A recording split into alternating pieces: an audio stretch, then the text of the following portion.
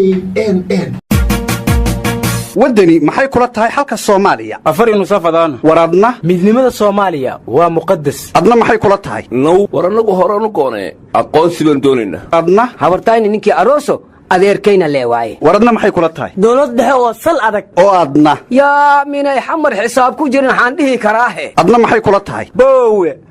federaal ina adeeray adigana qoondada dumarku waa geedka go'an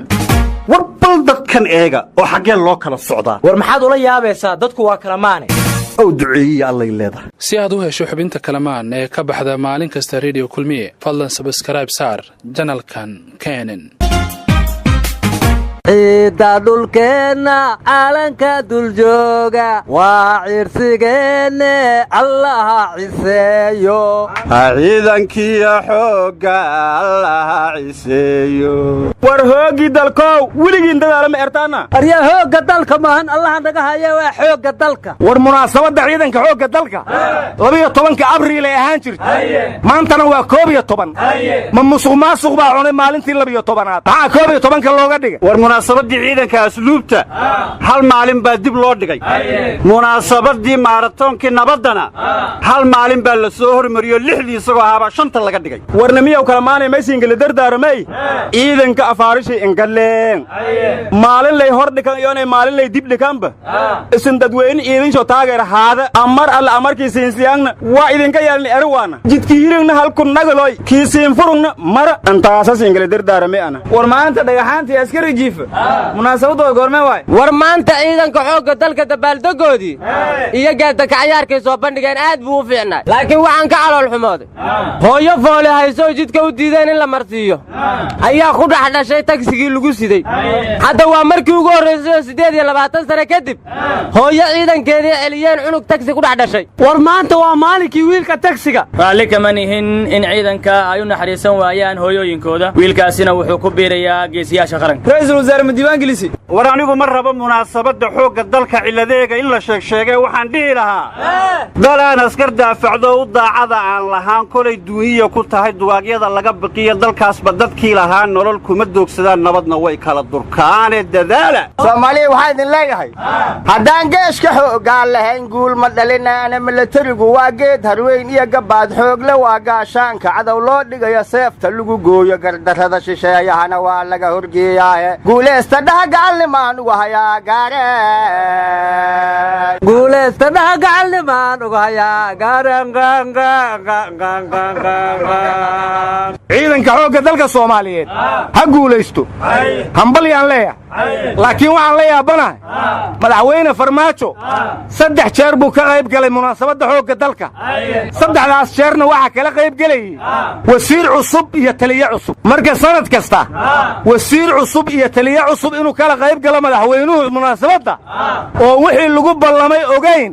hormar miya war dawanka ganow dadka madiha jeedaan hunduraasay khudbadiis ma dhagan sidaane isbadbadal baa la rabaa lahay wariyaa hoy adiga digniin baan ku siinaya madaxweyne codkiis lama jili karo koogaawyanina aryaadaha anigu ciidanka xoogga dalka Soomaaliyeed waa u hambaliyay hawaana la dardaarma waxaana dhihi lahay dadaala xoogii dalkiiyow dadkaaga daafac ka raabe dadaala xoogii dalkiiyow dadkaaga daafac ka raabe dadaala xoogii dalkiiyow war ra'iisul wasaare khayre shirar isdaba joog ayuu ku jiraa Mareykanka wuxuuna la kulmay madaxweynaha bankiga adduunka la taliyaha amniga qaranka ee Mareykanka su'aalihii la sheegayeen kolley waa la weydiiyey ra'iisul wasaaraha wuxuu yiri mas'uuliyiinta aan la kulmo waxaan kala hadalnay tubaha qaranka siday u taageeri lahaayeen anigu waxaan la yaabanahay tubaha khayre oo aan Soomaalidu fahmin sida Mareykanka loo fahamsiiyay tublaami saarid waa tuwad intay teegeena waa taaqan miyaadan maqli jirin warna miyaa ulaangeli leeykooshin ageega aragi arabtu mayka maahma hadaase alaamatu mandar fi sahab kooshin markeen argi maybaha iimbatay madawiiniga kiidan hay lafta garan inoo muqdisho iyo rooga tiidiya kale mayba ogaaday al madaxweyne al ruuhi aadan saransor usun inoo muqdisho ku suganya reed mayliya bana madidi koonfur galbeed wala muqdisho iska sheeni abuuroow mansuur hadii doonana muqdisho baabay dhawlin wade bay dhawi hamar la sheen lafado haye qordu waysana masali garuunku duubana hal israaliyo masali garuunku duuban maday isaaqo ma jaabe sameel kale ka muulax leeyi yihiin maadan maqli jirin maya waxay ahayd malaykaa afguududii moy ka maqan moy kaalay jirta war saas mee maahmaahadii inku kudheelena badu koonfurku waraab maswagooyigu waraab dhinnaawleyu warnimada waayahan soomaalida hadalla maqalkooda la dhibsanayo iyo dhacdooyin aad u qallafsanaa soo badanaya xalay waxaan maqlay buntland magaalada garoowe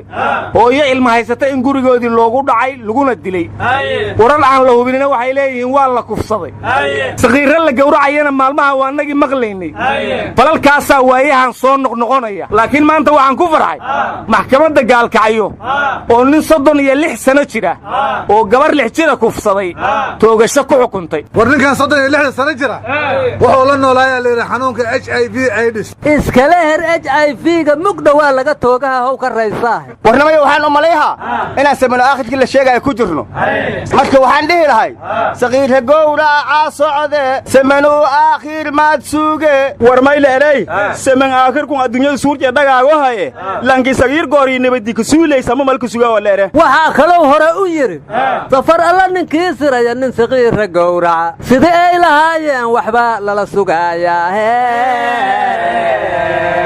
sidaas ma ahayna waxay ahayd safar allow ninkii siray ninkii soo ragoon cunay nin saqiirra gowracay su'aasheeda aakhiro siduu yeeli doonaa aan waa ila siloon tahay goorba sariirmayn marii doono sa'iiri galaa ka aali war ma haysina magaalada boosaaso sixroolayaal ayaa la xukumay waxaana la sheegay inay niman naaga ka furteen ay guursadeen kadibna war ma haysina buntland waxay tidhi takfiiraan nugu soo batay waana la dagaalamaynaa war takfiirkaadi sheegaas jimaa kasta muqdisho ka shiraayan waana war saxaafadeeda hasaarayan marka ma intaas ka erafaday ana walaagiyo hawadan iyoonay webiga ay wiin labadaba inya soo miisaantid foogta mahan iigu kaankii weyn war wax kastoo ay keenaan madaacish iyo shabaab bay ka darnaanayaan war kuwaani hilibka ma cunaan sida kuwaas waryaalaheen magaalada caynaba layihahdo wax kasta la yaab laa ka dhacday nin naafaa oo maraykan ka yimi ayaa magaalada tegey kadibna xabsigaa la dhigay taliyihii boolisku wuxuu yidhi qurbajoog kuwii lixaadka qabiban waxtar ka weyneeyey ku naafii muxuu noo soo kordhinaya aryaadhaha dadkii beled weyne waxay ka cabahayaan ammaan xumo iyo baahi iyo biyola'aan waana mihii soomaaliya ugu barwaaqada badneed waxaa kaloo ina dhaheen washington lacagta laga isticmaalaa beled weyne laga isticmaalaa warwaale wuxuu yidhi webigii etoobiya xiratay war ma haysiina madaxweynihii dalka suudaan cumar xasan albashiir 30 sano kadib maanta xilkii laga xayuubi yaa sooli adayib naasa suudaan fi tahriir ogow hadda rootiyuu sababsaday kacdoonka carabtaba wuxuu ka bilowday xabad rootiya wiil u dhintay war albashiirun balaayada kuma eko liibiyaba waxaa qabsan raba jenaraal madax adag waryaa anugu soomaaliya waxaan odhan lahaa bulshadii canshuur bixisayoon caanad lagu dhaafin ceel iyo midnana caafimaad loogu soo celinin jabhadihiina laga caabinayn cunaya jiirteeda ciidamada macnaha loo duldhigay sii collaysanaya oo loo cadaadinaya ila cajabaysa aryaa ciidanku ammaankaaga sugayaan xaad ku diida ciribkaa lagaa toobe